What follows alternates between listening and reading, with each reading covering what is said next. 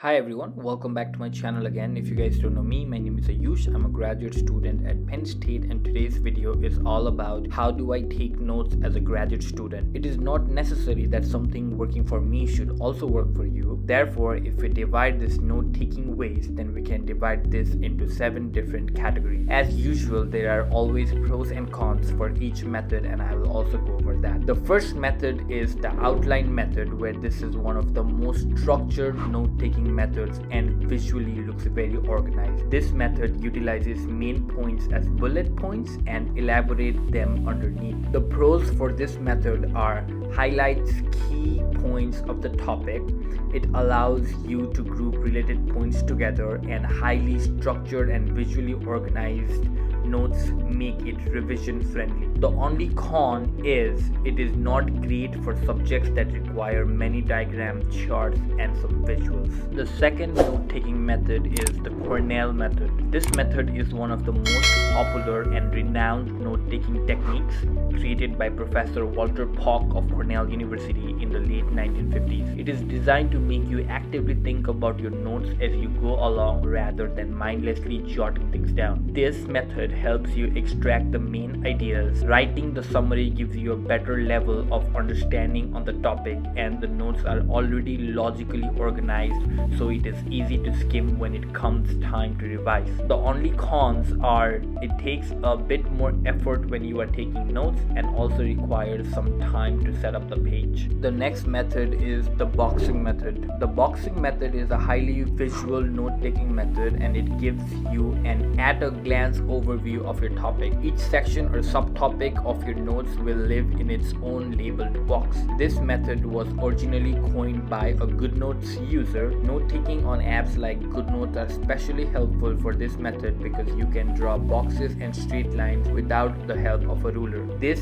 is helpful to create during revision, and it gives you a summary of each lecture, chapter, or subtopic at a glance. The cons for this method is it is not suitable method for a lecture or meeting notes when you have to be able to jot things down quickly, and it can also be a hassle if you are drawing boxes freehand as opposed to using the note-taking apps. Number 4 on the list is the charting method. The charting method is a great way to organize different items or concepts that all share several properties. For example, if you were studying up on a chemical elements, each row would be a different element and each column would list out their properties such as atomic mass, melting point, color, etc. The pros for this method is it is a great method for comparison, and it summarizes a series of items in a well systematic way. The cons is it is not effective for a linear note taking or notes that follow a story progression of information. Number 5 on the list is the mapping method. This is another visual note taking style which allows you to organize your notes by dividing them into branches, enabling you to establish relationships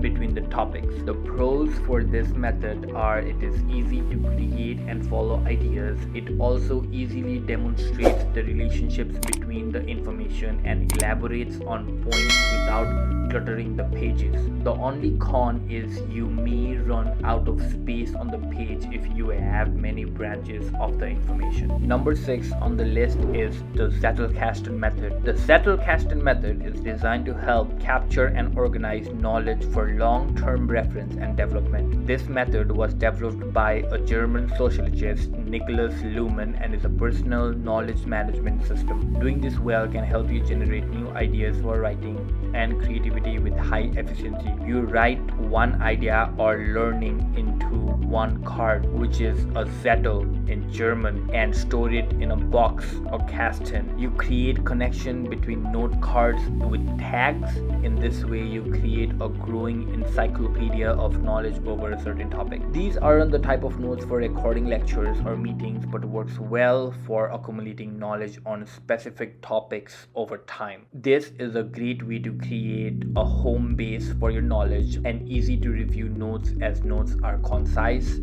The only con is it can take some time to set up if you want to do it digitally. The last method in this note-taking method is the mind mapping. A mind map is a visual way to show information and ideas. It starts with a central topic and uses branches and sub-branches to connect related details or ideas. Mind maps are amazing for synthesizing new ideas without a lot of structure. You can let your ideas flow from one to the next and see where it takes you. This mind map breaks down large ideas into smaller pieces. It creates and discovers new connection between different ideas, and it visually represents idea and how different elements are related. The only con is it is not the best for recording meetings or lectures in the moment. What I utilize is the combination of the outline method and mind mapping, which leads me to handwritten notes. As you have already seen, I prefer handwritten notes where I use the outline method to take notes. Taking notes by hand requires more focus, helps me better comprehend the information. I also find that writing out my notes increases retention. Handwriting offers more versatility and creativity in notes, as I use different colored pens to help sort and organize information. I can personalize my notes with shorthand, abbreviations, and doodles. Mind mapping comes into play when I use visuals. Since I'm studying chemistry and deal with a lot of structures and chemicals, visual note taking is really helpful when it comes to making sure that I am comprehending and retaining the information. Utilizing visuals in my notes with same structure and molecular formula can help to stimulate different parts of the brain and make big ideas and concepts easier to understand. My major forms of visuals are these catalytic cycles and structures that go into these catalytic cycles. These catalytic cycles help support the key information and really helps me to understand the content. You can draw your own version of visuals in your notes. In some cases, creating flowcharts and mind maps helps understand how all these key intermediates and key ideas relate to each other, and the quick visual can make studying much faster for me. What I found out is digital note-taking apps offer more flexibility to get creative and use visuals in your notes with infinite canvases, shape tools, and a variety of pen tools and colors. Because you can draw your own mind maps and use shape tools to create perfect circles around your text and straight line for connections.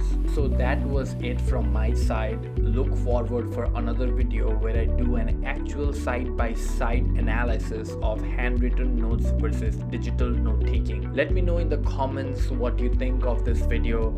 If you guys like this video, please make sure to like, subscribe, and comment. It will help me a lot to grow this channel. Till then, stay safe and see you guys in the next one. Peace.